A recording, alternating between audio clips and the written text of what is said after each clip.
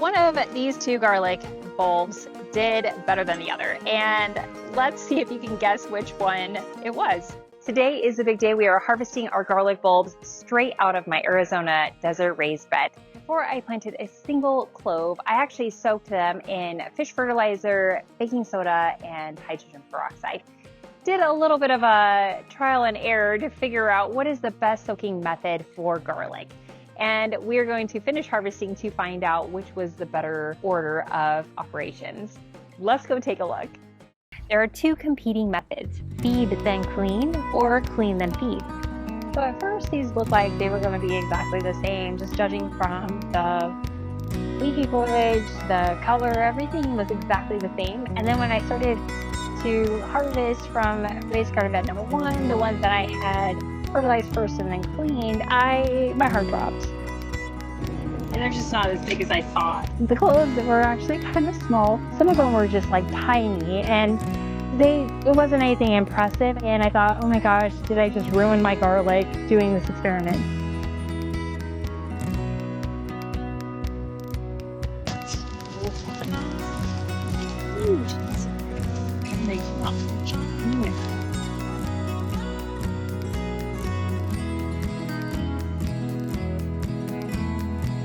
The ones that I had soaked first in the hydrogen peroxide and then fertilized, Lucy was so impressed by the size and how easily they came out almost clean. It was crazy.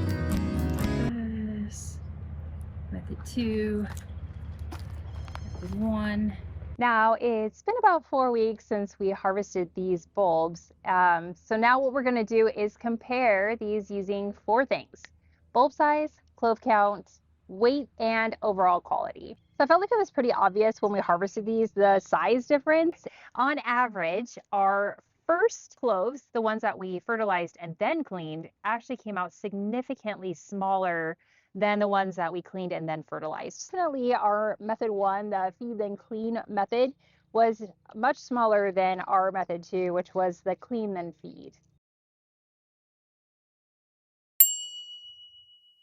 Now, as far as clove count goes, I feel like we were pretty neck and neck as far as the number of cloves that sprouted.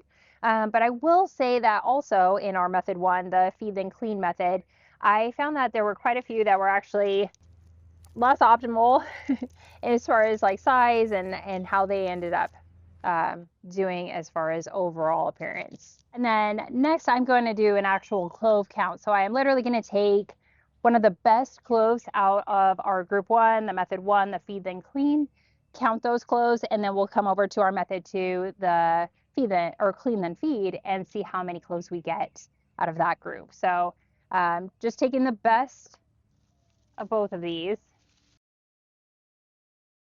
I think this guy was probably the winner as far as size goes. And again, pretty significant difference there. And I also want to talk about the texture while I'm doing this. I feel like the paper wrapper on both of these groups, everything was awesome. Like we had a really good turnout as far as the quality goes. The paper on these is nice. The firmness, the quality is definitely there in both groups. But it is always interesting to kind of see a side-by-side comparison. Ooh, let's see if we can break this open. I'm making a mess here. So this is our method 1.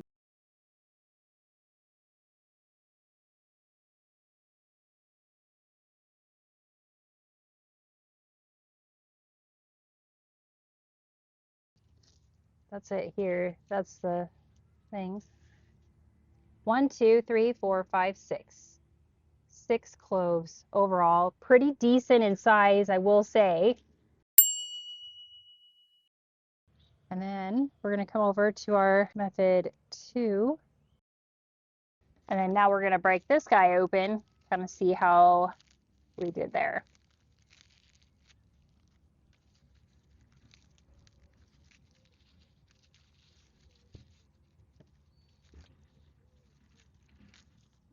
These are a little, uh-oh, I think this one got a little rotted.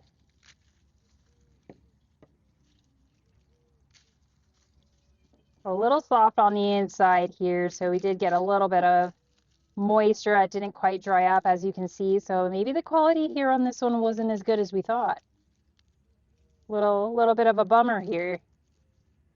A little bit of a bummer. I might do another one just to kind of see if that's the case on all of these. If so, I sure hope not.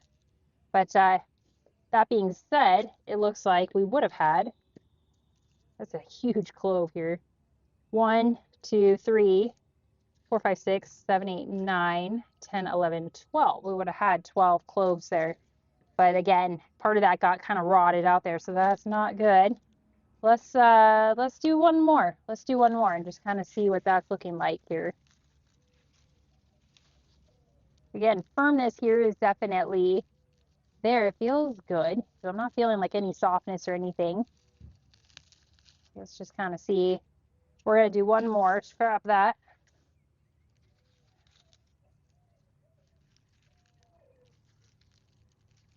Tear this one open. Okay. This one's looking much better at a glance.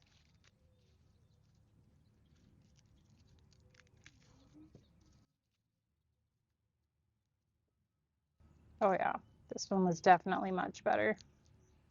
Okay, so let's take away all the paper, all the scrap there, and let's go ahead and count these. Some of these they get really thin there on the end. This one's a huge clove. Look at that. All right, so what did we end up with? There's 2 here, actually.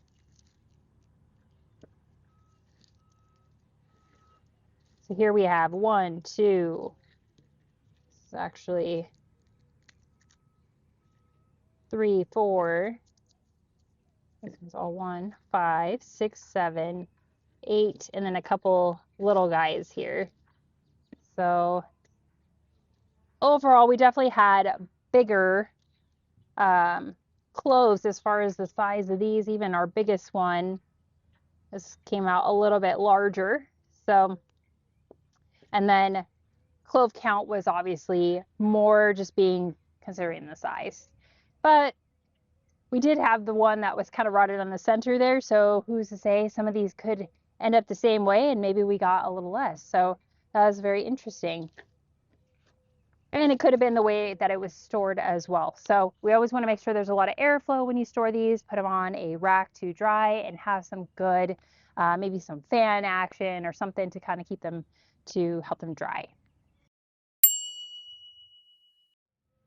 All right, and then the next thing we are going to do is actually use a kitchen scale, and we are going to be measuring, taking the average weight of each of the groups. And so we'll find out which one has the largest weight, I guess, which I feel like is pretty obvious, being that the size of the cloves are what they are. So for instance, this is reading at about 21 grams.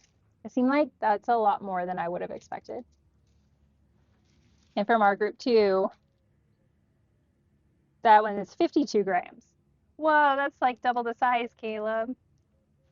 We'll start weighing our first group here. Let's see, we've got about 21 grams, 22,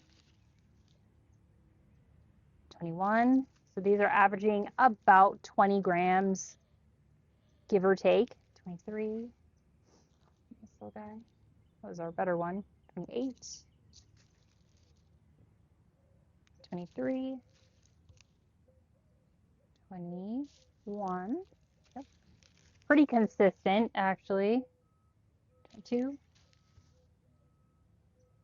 29. That was a good one. 16. 21. 23. And 32. That one was a good one. All right. Okay. So somewhere in the average of it, in the 20s. So now we're going to go to our second group here, our method 2, clean then feed. 51. 47. 37. Big boy here. 57. Whoa, 60. Man, that was a big one. 39, 34, 58, 58, 35, 43, and then we got a couple smaller guys that are probably around the same as the other group there. 25, 24, and this little guy, 28. All right. I would definitely say, by no surprise, that by weight, our group 2, the method clean, then feed, obviously weighed significantly more than our method 1. So what does all this tell us? Well, for me, the winner is clearly our clean then feed method. So clean your garlic and then feed it with a fertilizer before planting. The size was definitely noticeable enough that I'm probably going to be sticking with this method moving forward. So with that being said, leave me a comment below. I would love to hear what is your preferred method of planting garlic, and also let me know which one of these from the experiment did you think was going to win. If you've been following this garlic experiment since November, thank you so much for sticking with me all the way to harvest day and to our measurements. And if you're new here, welcome. I am super excited to get these into the kitchen. And if you want to see that video on the exact step-by-step that I did, be sure to check that video out. I will put the link in the description below. Well, as always, thank you so much for watching, and I hope to see you again on the next one. Bye.